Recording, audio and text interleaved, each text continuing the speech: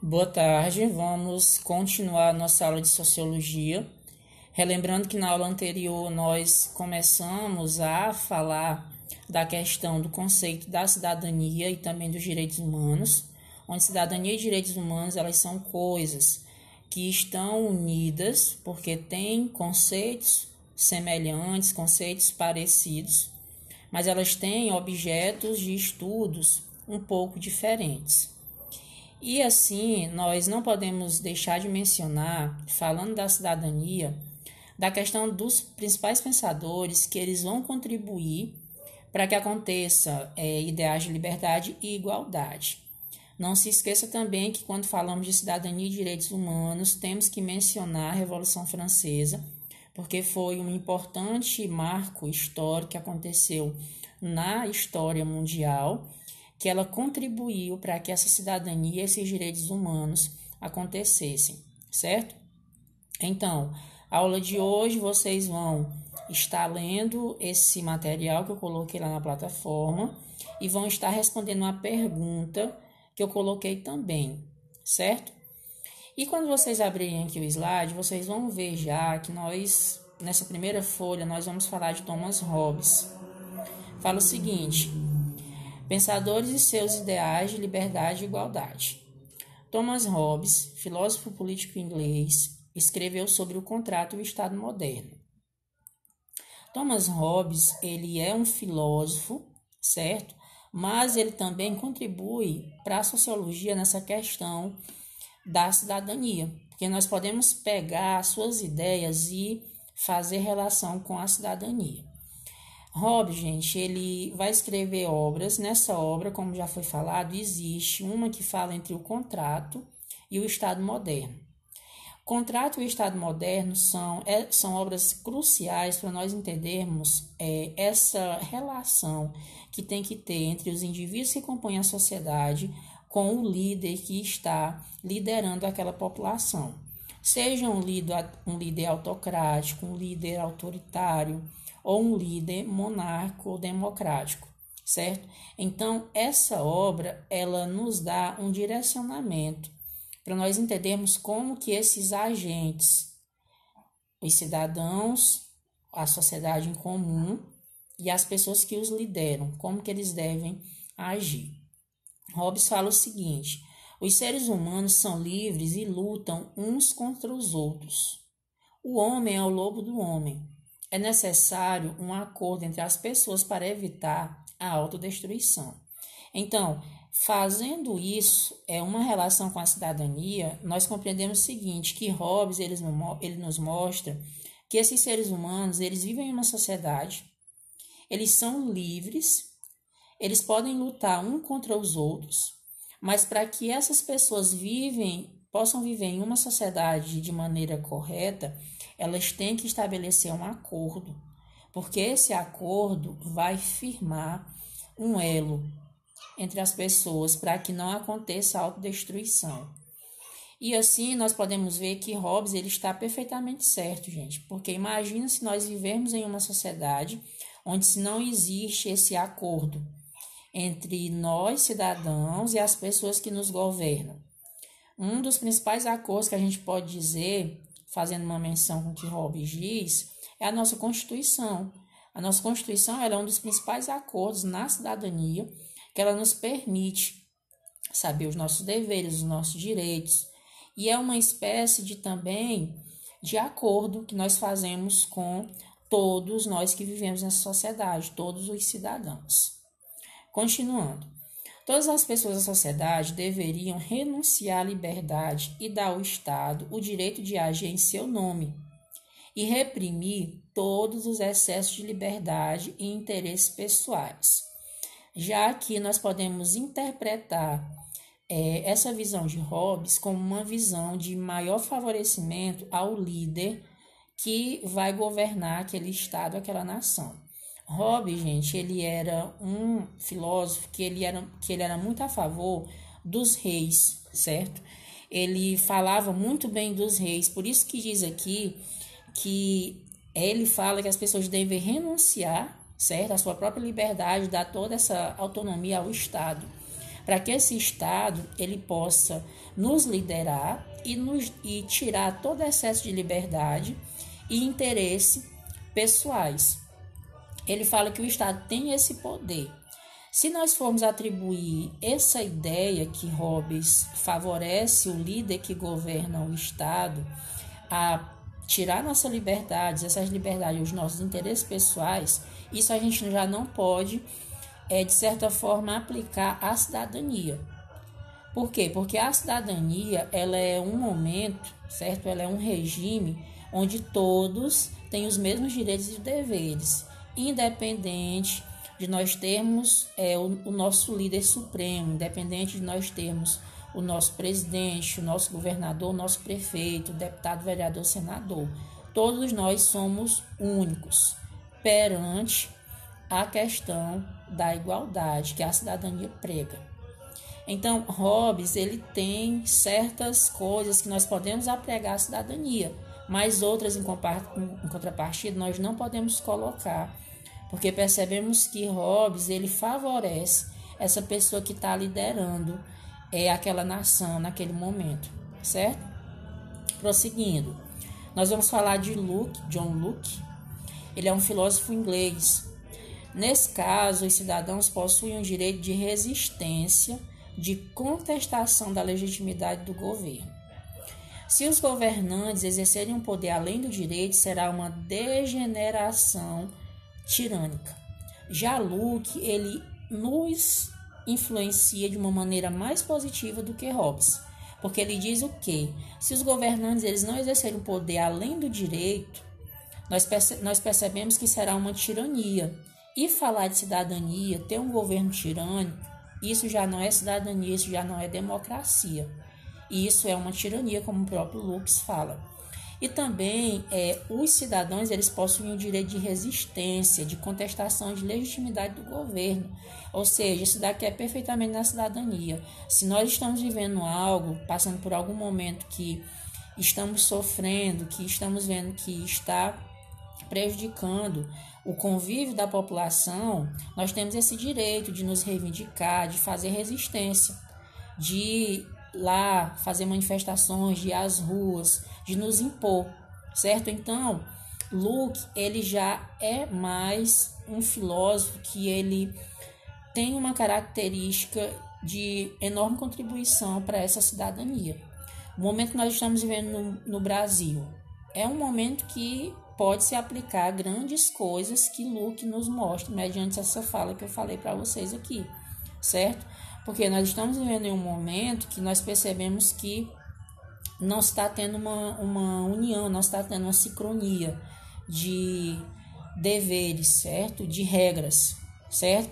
Percebemos que, relacionado a essa pandemia, existem lugares que governadores estão tomando algo mais rígido, outros lugares governadores estão tomando algo menos rígidos, e nossa liderança maior, que está acima de todos os governadores, ele não tem um direcionamento único, não tem algo concreto que ele acredite, né? E aí nós ficamos nisso, nesse momento onde muitos brasileiros morrem e, infelizmente, muitos brasileiros ainda vão morrer. Existe um estudo, gente, que por mais 4 meses, essa pandemia ainda vai fazer com que muitas famílias percam os seus entes queridos, certo? Só um momento. Pronto. Continuando. Vamos falar de Russell. O homem é bom por natureza, mas pode ser corrompido pela sociedade. Uma das falhas da sociedade é a desigualdade, decorrente do surgimento da propriedade privada. A igualdade e liberdade devem ser jurídicas. Todos devem ser iguais perante a lei. Russell, ele também nos contribui de maneira muito positiva. Igualdade e liberdade devem ser jurídicas. Nós vivemos em uma democracia que nós temos as leis e as regras. Nós temos uma Constituição, mas elas têm que ter algo que garanta a sua legitimidade. Elas vão ser garantidas mediante a juridicidade, que são mediante essas leis jurídicas. E todos devem ser iguais perante a lei, independente de nós termos políticos, independente de nós termos pessoas com maior poder aquisitivo, pessoas com maior influência na sociedade, mas todos devem ser iguais perante a lei, certo? Então, ele também contribui de maneira significativa para esse conceito de cidadania. Marx, ele fala o seguinte: o trabalhador, como é explorado, ele não tem cidadania plena. A democracia plena só ocorre quando há igualdade social. Por isso, a revolução social seria o caminho para a igualdade. Gente, falar sobre Marx é algo assim muito gratificante, porque Marx, ele nos mostra que nós temos que ter um certo conhecimento para discutir o que ele pensa e o que ele diz. Olha que profundo que ele fala. O trabalhador, como ele é explorado, ele não tem cidadania. Será, gente, que nós vivemos uma cidadania com o trabalho escravo, com o trabalho exploratório? Segundo Marx, não. Porque aí Marx ele já vai para outra linha, para outra vertente, que é a questão do trabalho no mais-valia, né? A questão do trabalho por alienação. Então, perceba, Marx ele tem assim, uma visão muito profunda sobre cidadania. E aí, para falar de cidadania, Marx vai utilizar o trabalho. Porque trabalho foi a base das suas obras, trabalho está relacionado ao capitalismo, aquilo que ele é um importante sociólogo e um importante conhecedor do assunto. Continuando, a democracia plena só ocorre quando há igualdade social. Segundo Marx, se eu tenho pessoas mais favorecidas e menos favorecidas, eu não tenho uma democracia, porque ali existe uma desigualdade social. E se nós olharmos direito para isso, Marx ele está profundamente correto. Como é que eu digo que o Brasil é um país democrático se eu tenho pessoas que vivem numa situação de miséria, enquanto eu tenho pessoas ricas no Brasil que elas não passam fome e que elas têm uma renda 4 vezes, 5 vezes maior do que aquela população que vive na miséria? Será se isso é uma democracia plena? Será se nós estamos vivendo o que a nossa Constituição diz, o que a democracia prega? Será se nós vivemos isso? Obviamente que não. É incrível, gente, por mais que nós tenhamos hoje o Brasil, apesar do presidente da República dizer que no Brasil não tem fome, né? Que isso é contraditório, isso é errado, isso é enganoso, no Brasil existe sim fome. Vou dar um exemplo para vocês, se você tiver a oportunidade, vá em Guaribas, cidade aqui ao sul do Piauí. Guariba, gente, a população de lá, ela vive em extrema pobreza. Guaribas entrou no cenário, no mapa brasileiro, como o mapa da fome. E aí, será se eu posso dizer que nós vivemos uma cidadania, tendo uma cidade piauiense como Guaribas, tendo pessoas vivendo na miséria como vivem, se existem pessoas multimilionárias no Brasil que têm 500, 400, 300 vezes mais condições do que aquela pessoa que vive sem condição de comer aqui no sul do Piauí? Então, Marx ele é muito profundo nisso. Marx ele nos promove isso. Finalizando, para Marx, o único momento, algo que vai garantir que essa igualdade social exista e que a cidadania exista, é mediante a Revolução Social. Por isso que ele é tido como um comunista, como uma pessoa que é agitada, como um revoltoso. Por quê? Porque ele quer uma revolução social. Só, pessoal, que o Brasil, assim como os países do mundo que vivem sob democracia, ao meu ver, eles podem sim fazer uma revolução social. Mas quando fala-se em revolução social, nós temos que desmistificar esse termo de dizer que revolução social é só greves, é só revolta, é só gente no meio da rua. Não, nós podemos fazer revolução social de diversas maneiras. Podemos fazer uma revolução social pacífica, uma revolução social baseada no entendimento entre as partes. Podemos fazer uma revolução social de conscientização, uma revolução social na nossa própria escola. Onde você está estudando é um campo fértil para uma revolução social. Mas nós ainda temos pessoas que acreditam que a revolução social que Marx diz é uma revolução baseada em guerra, é uma revolução baseada em manifestações, em tiro, entendeu? Em gente no meio da rua. E isso está errado. Marx ele não diz só nesse tipo de revolução social. mas sim uma revolução social mais ampla, certo? Então, Marx, de todos esses teóricos que nós vamos estudar hoje, na minha concepção, ele é um dos mais relevantes para entender esse conceito de cidadania, porque ele fala muito dessa questão, ele nos dá muitas questões para nós refletirmos se existe essa cidadania, certo? E finalizando, nós vamos falar sobre Emile Durkheim, ou então Emile Durkheim, como você quiser dizer. A ideia de cidadania é questão de coesão social. O papel do indivíduo como cidadão é cumprir suas obrigações e desenvolver uma prática social com maior integração na sociedade. Então, Durkheim diz que para mim ser um indivíduo, eu tenho que cumprir minhas obrigações. Eu cumprindo minhas obrigações e eu fazendo isso, uma prática social com uma integração com todos na sociedade, eu estou exercendo minha cidadania. Percebam, ele tem um olhar mais, como eu posso dizer, mais romantizado, se é que pode atribuir esse termo, né? A questão da cidadania. Ele vê assim, a cidadania como algo que pode acontecer baseado naquilo que todo mundo saiba os seus deveres, baseado naquela união em ações sociais, em práticas sociais, que é mediante ONGs, mediante movimentos sociais, mediante associações de moradores. Então, para isso, segundo Durkheim, se você faz isso, você está praticando a cidadania. E também você tem que participar da solidariedade social, levando em conta as leis e a moral vigente em uma sociedade. O indivíduo desenvolve plenamente sua cidadania. Outro ponto interessante, só mais um momento. Está fazendo calor, deixa eu abrir aqui essa janela. Durkheim, gente, ele diz que a solidariedade social ela tem que acontecer. Baseado no quê? Em leis, em normas, em moral. Se o cidadão ele participa da solidariedade, ajudando próximos, mediante sua moral, mediante as leis de forma correta, fazendo suas práticas sociais, sendo um indivíduo que cumpre as suas obrigações, ele já desenvolve a cidadania, certo? Então, isso foi o que ele falou. Aqui na próxima folha, nós temos assim, cidadania e direitos humanos no contexto da história relacionam-se com a evolução dos direitos civis, políticos e sociais. Verdade. Todos os direitos humanos que nós temos hoje, eles têm uma relação com tudo isso que eu já falei para vocês, com esses pensadores, com essas ideias. E aí nós vamos ter uma cronologia.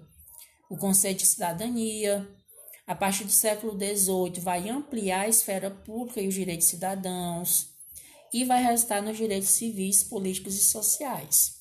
Os direitos civis, políticos e sociais, eles são resultado de toda uma intensificação de coisas que aconteceram desde o surgimento do conceito da cidadania, certo? Então, essa folha é só mesmo para vocês terem uma noção do que antecedeu os direitos civis, políticos e sociais, certo? Que é tudo isso que nós estamos estudando até o presente momento. E por fim, nós vamos ter aqui uma tabela que vai falar sobre os direitos civis, políticos e sociais. Os direitos civis, século XVII e XVIII, procurava-se garantir a liberdade religiosa e de pensamento, o direito de ir e vir à propriedade, a liberdade contratual, escolher o trabalho e a justiça. Os direitos políticos, a partir do século XVIII, efetivando-se século XX, formação do Estado democrático, representativo e envolvendo os direitos eleitorais, de participar e reivindicar nos movimentos sociais. Os direitos sociais no século XX, as pessoas passaram a ter direitos à educação básica, assistência à saúde, programas de lazer, acesso ao sistema judiciário e etc. Então, pessoal, nós finalizamos nossa aula aqui. Nossa aula, vocês perceberam que os direitos humanos, eles contribuíram para essa evolução da cidadania, baseado nas ideias de alguns pensadores que, apesar da maioria deles serem filósofos, nós podemos pegar as suas ideias e aplicar na cidadania para vermos como que ela é analisada nesse contexto da cidadania. E finalizamos dizendo que tudo isso contribuiu para a existência dos direitos civis, dos direitos políticos e dos direitos sociais, certo? Então, nossa aula ela finaliza aqui. Quero dizer para vocês que vocês vão responder a pergunta que eu coloquei lá na plataforma. Se eu não me engano, a pergunta que eu coloquei lá para vocês é para dizer qual a diferença da perspectiva de cidadania que Thomas Hobbes tem relacionada a John Locke. Se eu não me engano, foi essa a pergunta. Mas aí vocês olhem lá direitinho. É só mesmo para vocês verem qual a perspectiva, qual a diferença, certo? Eu coloquei 2 filósofos lá para vocês, que vocês vão ter que me dizer. Lembrando, vocês podem fazer digitado, certo? Atividade de sociologia vocês podem fazer digitadas. Relembrando também, primeira semana de abril, nossa avaliação em sociologia, 5 questões, onde vocês vão estar estudando as folhas de slides dessa aula com as folhas de slides da aula passada. E quando estiver próximo da avaliação, nós também vamos fazer uma live. Eu acredito que seja melhor pelo Instagram. E quando estiver mais próximo, eu venho aqui e digo para vocês. Qualquer dúvida, me procurem no Instagram, me procurem no WhatsApp via privado.